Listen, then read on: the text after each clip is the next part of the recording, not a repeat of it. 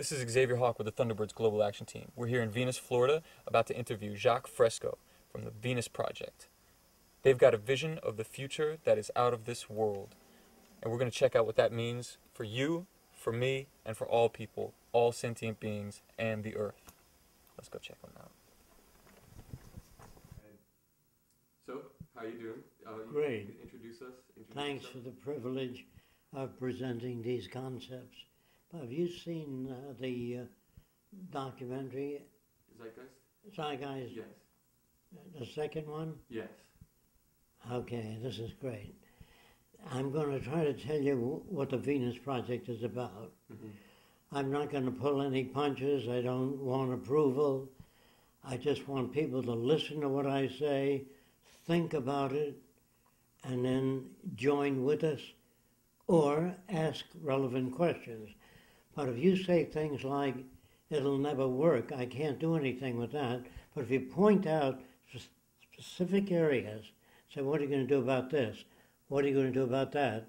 Bring it up specifically. All right, so here goes on the Venus Project. I've lived through the last depression. There were 15 million people sleeping in every empty lot across America.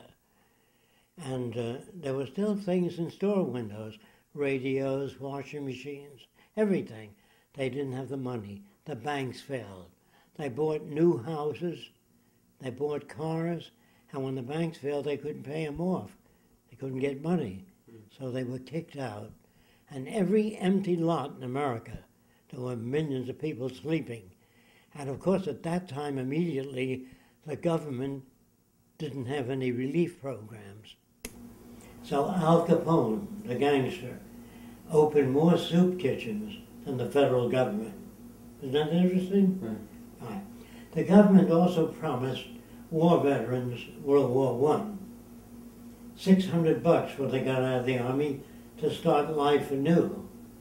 Well, of course, the government didn't have that money after the war. So thousands of veterans marched on Washington. They were sleeping, again, all around the Capitol. And the government offered them IOUs, but you can't eat that. You can't pay your rent with that. So they marched, and they said, we want the $600 you promised us. And so the Senate and the House of Representatives didn't like all these veterans sleeping around Washington. So they said to Doug MacArthur, get them out of there. It looks bad. So he had tear gas thrown at the veterans. See, these are things not in your school books. Your school books are BS, and they're made to get people in line. So all your history books have all kinds of men in government always doing the right thing, always saying things nicely. Those are not real people. Real people make mistakes, they do foolish things, and so a history book is made to look good. And of course, if you educate people to think, you can't control them. So you're educated not to think in school. You're programmed to uphold existing institutions. What's the greatest country in the world? The good old USA. The real thing is great in what area? Where did we get this land? We took it by force and violence from people that already lived here, 50 million of them, and we drove them into the desert regions. Then we took California, New Mexico by force. After we stole all the land we needed, we put up the sign, thou shalt not steal. Of course, England did the same thing. They say the sun never sets on England. Where do you think they got that land? They took it, and they went into other countries not to help them, but to exploit them. And this is the story of all countries. They are all corrupt. So that brings up the question, is it human nature to be warlike and I'm going to answer all those things for you. So, in order to eliminate most of the problems that exist today, we have to declare the earth and all its resources as the common heritage of all the world's people. As long as you got private property, where did you get that from? Where did England get it from? Where did France get it from? They took many islands of the South Pacific and they abused other nations. They went in not to help them, but to exploit their resources. So all the wars that have ever existed are phony. None of them are real, none of them are based on anything. I'm going to back it up, I'll give you detail. A friend of mine was a pilot in World War I. He flew over German munition dumps 8 times, and he told me he was ordered not to bomb them. He could not understand that. After the war, there was a book, which is very hard to get. I suggest you look for it. Arms and the Men. That's the name of the book. It was also run in Fortune magazine years ago. And it showed how DuPont had holdings in I.J. Farben. That's why I didn't bomb it. Right. That's what I mean by war is corrupt. Not only corrupt in the sense of killing people, it's worthless. Doesn't solve any problems. So I'm going to try to point out what a real war would mean. If war were real, you would draft people, but you take all the war industries, conscript them all, so no one makes a buck out of war, then it's real. But if you sell war tanks, jeeps, trucks, guns, machine guns, cannons, submarines, airplanes, big business. War has always been highly profitable. Do you understand what I'm saying? Okay. So it isn't that we outlaw war. What we have to do is ask the question, what makes war? What makes serial killers? What makes crime?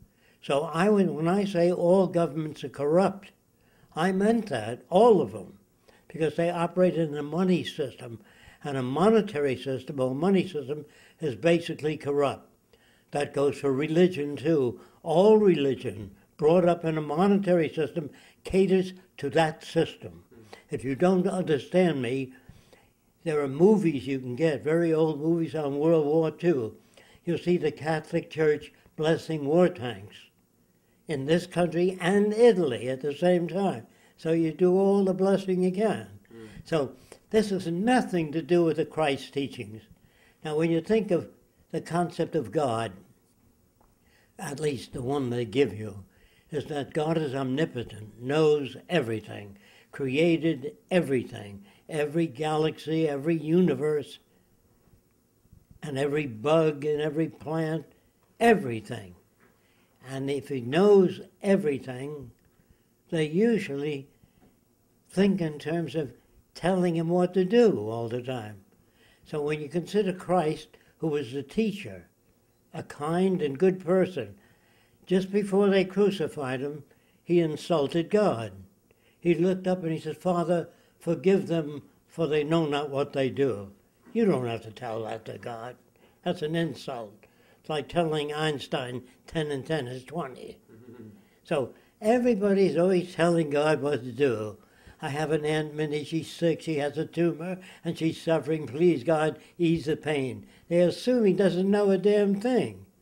They're always telling him, I'm growing corn, but it didn't rain for 3 months, and my corn is drying up. Always begging and pointing things out.